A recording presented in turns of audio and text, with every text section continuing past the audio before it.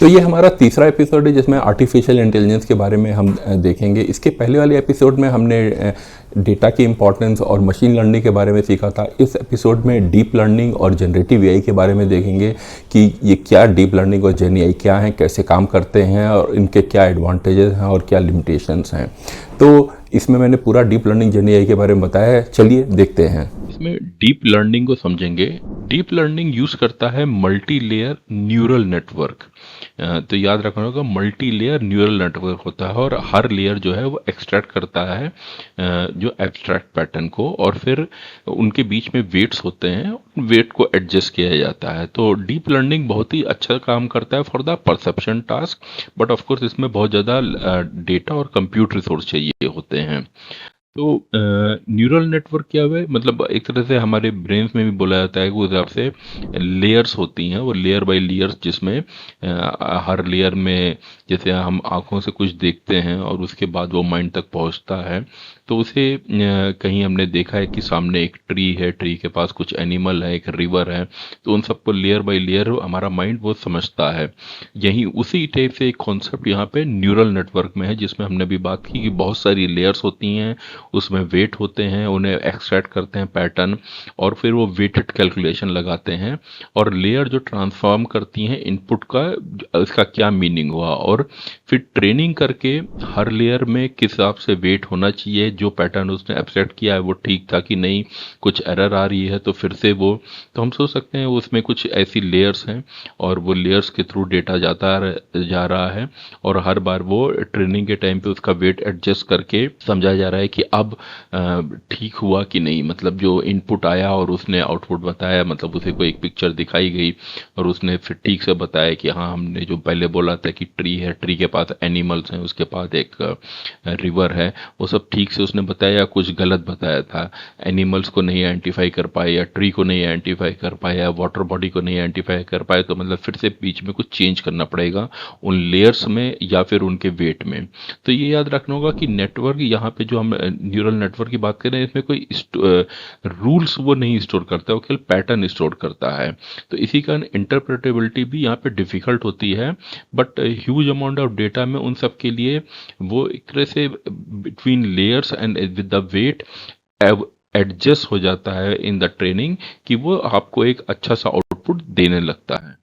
तो deep learning क्यों इतनी ज़्यादा सक्सेसफुल है, क्योंकि जैसे हमने पहले एपिसोड में बात की थी कि हमारे पास बहुत सारा इंटरनेट का डेटा था, डिजिटल डेटा बहुत रहा, जो हमारे पास स्मार्ट डिवाइसेस हैं, जो सेंसर के थ्रू डेटा मिला, तो बहुत डेटा रहा जिससे ट्रेनिंग की जाए, और हमने जो न्यूरल नेटवर्क की भी बात की जिनके थ्रू वो डेटा पास किया जाए, हर बार उसे एडजस्ट किया जाए वेट को एडजस्ट करने के लिए, और तो इसके लिए पावरफुल जीपीयू और क्लाउड कंप्यूटिंग भी मिले, बेटर आर्किटेक्चर एल्गोज, मतलब आर्किटेक्चर भी, ट्रांसफार्मर और बहुत सारे एल्गोज भी रहे, और बहुत सारी ऑप्टिमाइजेशन टेक्निक भी लगी, और इंडस्ट्री का इन्वेस्टमेंट और टूलिंग भी काफ़ी लगी। तो इसी कारण फिर वो डीप लर्निंग काफ़ी सक्सेसफुल हमने देखी है यहाँ पर लिमिटेशन डीप लर्निंग का यही है, जैसे हमने बात की कि वो जो न्यूरल नेटवर्क है उनमें वेट है, ट्रेनिंग के थ्रू एडजस्ट हो रहा है, तो वो कोई रूल्स तो स्टोर कर नहीं रहा है, केवल वो एब्स्ट्रैक्ट करके पैटर्न को स्टोर कर रहा है, समझ रहा है, या वेट एडजस्ट कर रहा है। तो थोड़ा एक ब्लैक बॉक्स बिहेवियर हम बोल सकते हैं वहाँ पर है,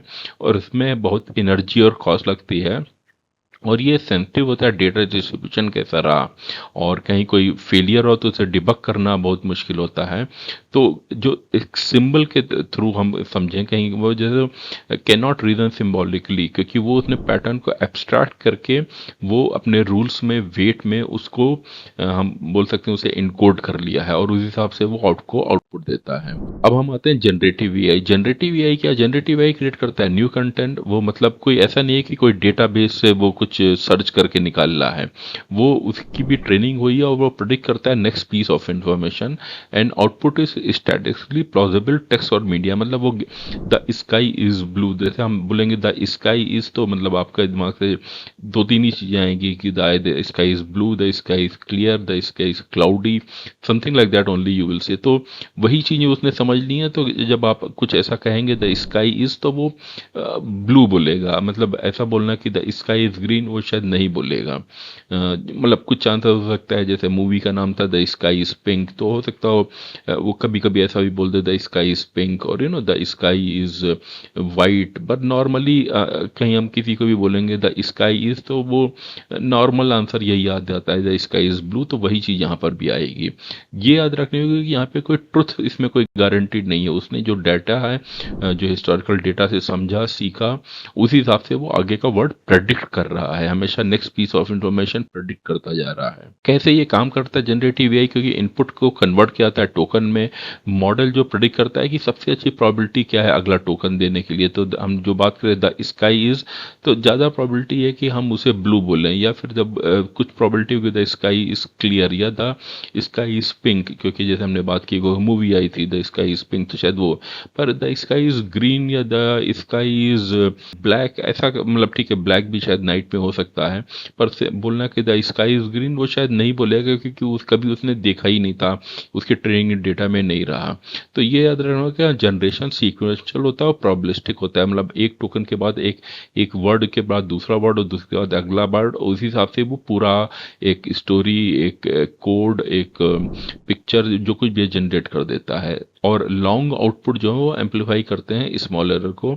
और कॉन्फिडेंस मतलब वो अनरिलेटेड है करेक्टनेस से, क्योंकि आपको लगेगा कि वो बहुत ही अच्छे से उसने आंसर कर दिया तो शायद करेक्ट होगा, नहीं ऐसा जरूरी नहीं है, वो आंसर कुछ भी दे देगा। तो इसी कारण ये देखना होगा कि जेन एआई ऐसा नहीं है कि आपको करेक्ट आंसर दे रहा है, वो जैसा उसका डेटा था, कैसी प्रोबेबिलिटी, कैसे उसके वेट्स रहे इंटरनल, उसके बेसिस पे अगला एक टोकन दे देता है। तो क्यों हेलुसिनेट हम उसे बोलते हैं? क्योंकि उसमें कोई build in concept of truth नहीं है। ट्रेनिंग डेटा जो दिया गया था कहीं वो इंक्लूड कर रहा है एरर, तो यहाँ पे भी आ जाएगा। कहीं प्रॉम्प्ट कहीं आपने जो दिया है वो एम्बिगुअस है, तो उससे फिर आंसर डिफरेंट हो जाएगा। और ये ओवर जनरलाइजेशन फ्रॉम पैटर्न करता है और lack of grounding in external reality, मतलब अगल बगल की रियलिटी उसे कॉन्टेक्स्ट मालूम नहीं है। उसने जो ट्रेनिंग के टाइम पे उसे पढ़ाया गया था, सिखाया गया था, उसने बस वो याद कर लिया और वो उसी में से ही आपको निकाल कर दे रहा है। तो एक्सटर्नल रियलिटी चेंज हो गई है, डेटा अगल बगल का कॉन्टेक्स्ट चेंज हो गया, उसे वो नहीं मालूम है, वो उस वक्त जो सिखाया गया था उसी के हिसाब से ही आपको आगे बताता जाता है। और of course training data reflect करता है कहीं, मतलब कहीं उसमें सोसाइटल बायस रहे थे, कहीं किसी ने कोई कंपनी में हायरिंग में आइदर रिलेटेड रीजन और नेशन और स्टेट और कास्ट और एनीथिंग, कहीं उसमें बायसेस थे, तो वो ऑफ कोर्स आउटपुट में भी आएंगे। कहीं वो ट्रेनिंग डेटा में रहे थे तो वो गार्बेज इन गार्बेज आउट हम उसे बोलते हैं, कि जैसा उसे सिखाया गया तो उस हिसाब से वो आउटपुट निकालता है। तो removing biases is non trivial, मतलब बहुत इजी काम नहीं है, इसमें काफ़ी एफर्ट जाता है और बहुत ही इंपॉर्टेंट चीज़ है। ह्यूमन रिव्यू श्योरली रिक्वायर्ड होता है और रिस्पॉन्सिबल यूज है जहाँ पे बहुत क्रिटिकल हो जाता है। तो जनरेटिव एआई कहाँ पे यूज़ करना चाहिए? जहाँ पे आपको कुछ एक ड्राफ्ट कराना है या आइडिएशन करना है, मतलब एक आपको आर्टिकल लिखना है या फिर एक पिक्चर बनानी है, स्टोरी लिखनी है, कोड लिखना है, पीपीटी बनानी है, इन सब के लिए, या किसी कंटेंट को समराइज करना है, कुछ क्रिएटिव असिस्टेंट आपको चाहिए, या कोड में सेशन चाहिए, या डिसीजन सपोर्ट में चाहिए, ये बहुत इंपॉर्टेंट है, आप उसकी असिस्टेंट लीजिए। पर कहाँ पे नहीं यूज़ करनी चाहिए? कोई फाइनल अथॉरिटी डिसीजन जो लेना है, क्योंकि जहाँ तक वो रिकमेंड कर रहा है, आपको एक यूज़फुल सजेशन दे रहा है, वो दैट्स ओके। पर कोई एक अथॉरिटी पे आपको डिसीजन लेना है कि सपोज आप किसी को लोन देंगे कि नहीं देंगे, या हॉस्पिटल में कुछ लीगल या मेडिकल वाली कुछ चीज़ें हैं, तो वो आप जनरेटिव एआई पे नहीं छोड़ सकते। आप उसके सजेशन ले सकते हैं, पर आगे डिसीजन एक ह्यूमन को ही लेना चाहिए। और एथिकल डिसीजन मेकिंग अगेन उसमें ह्यूमन इन्वॉल्व होना चाहिए। और ऑटोनॉमस गवर्नेंस में अगेन यहाँ पर we have to be careful कि जनरेटिव एआई कैसे कहाँ पे यूज़ करना है और नहीं करना है। और अनसुपरवाइज डिप्लॉयमेंट तो श्योरली नहीं होना चाहिए।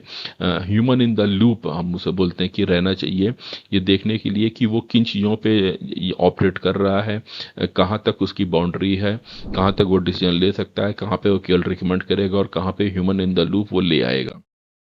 तो की टेक अवे मैं यहाँ पे बोलूँगा कि जनरेटिव ये बहुत पावरफुल है बट अनरिलायबल है। और इसी कारण ह्यूमन जजमेंट, जैसे कहीं कुछ ऐसी कंडीशन हो कि दो टाइप के मतलब डिसीजन पाथ हो सकते हैं, दोनों में ही कुछ चैलेंज हैं, रिस्क हैं, तो मतलब उसमें ह्यूमन जजमेंट बहुत ही इंपॉर्टेंट है। अंडर एम्बिगुअस सिचुएशन, रिस्क की सिचुएशन में एक ह्यूमन को डिसीजन लेना होगा कि अभी आगे कैसे बढ़ने का है। पर हाँ, सजेशन जो है वो वहाँ पे जनरेटिव जनरेटिव एआई से लिए जा सकते हैं। तो होपफुली से आपको एक आइडिया लग गया होगा डीप लर्निंग और जनरेटिव एआई का। तो ये हमारा तीसरा एपिसोड था जिसमें हमने अब तक जो है ओवरऑल डेटा की importance, machine learning, deep learning और जनरेटिव एआई कवर किया है। हमारा अगला एपिसोड एजेंटिक एआई और बाकी एआई के जो टॉपिक्स हैं उस पर होगा। ये एपिसोड अच्छा लगा है तो इसे लाइक कीजिए, शेयर कीजिए और मेरे चैनल को सब्सक्राइब कीजिए।